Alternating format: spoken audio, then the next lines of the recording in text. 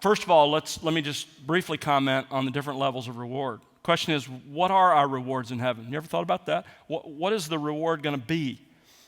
And I think as you look at the Gospels particularly and you watch that flesh out, it seems to be, and 1 Corinthians, it seems to be two things. One is the praise of our Lord.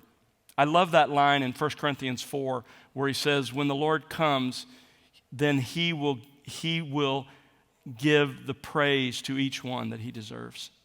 And so there is the praise of our Lord. Imagine that. But beyond that, there seems to be also a capacity for service. You have the parable where Jesus talks about the distribution and their future ability and capacities are based on how they invest the capacities they're given here. And so those seem to be the two chief expressions of our rewards in heaven, the praise of our Lord and a greater capacity to serve him there. But back to the heart of your question, and that is, what about unbelievers in hell? Yes, I think you quoted the right passage. I mean, Jesus is very clear when he talks to the cities in which he did his miracles. Woe to you, Bethsaida, Chorazin, so forth.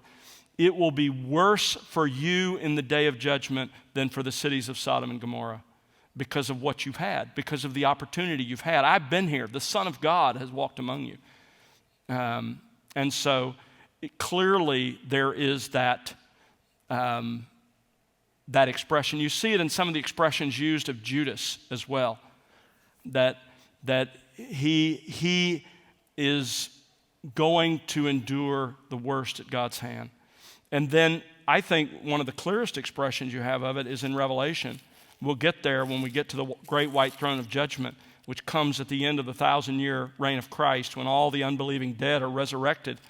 And you read this in Revelation 20. It said, and I saw the dead, the great and the small, standing before the throne, and the books were opened. And another book was opened, which is the book of life. And the dead were judged from the things which were written in the books according to their deeds. There's a clear indication there that it's not to say there are literal books in heaven. It's to say written on the omniscience of God. There is every single careless word, every single thought, every single act, and those who do not embrace his Son will be justly judged based not on their recollection of their sin, but God's.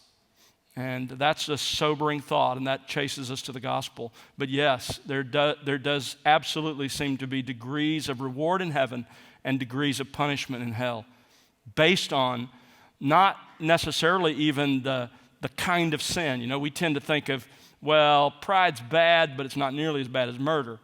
It's not based on that.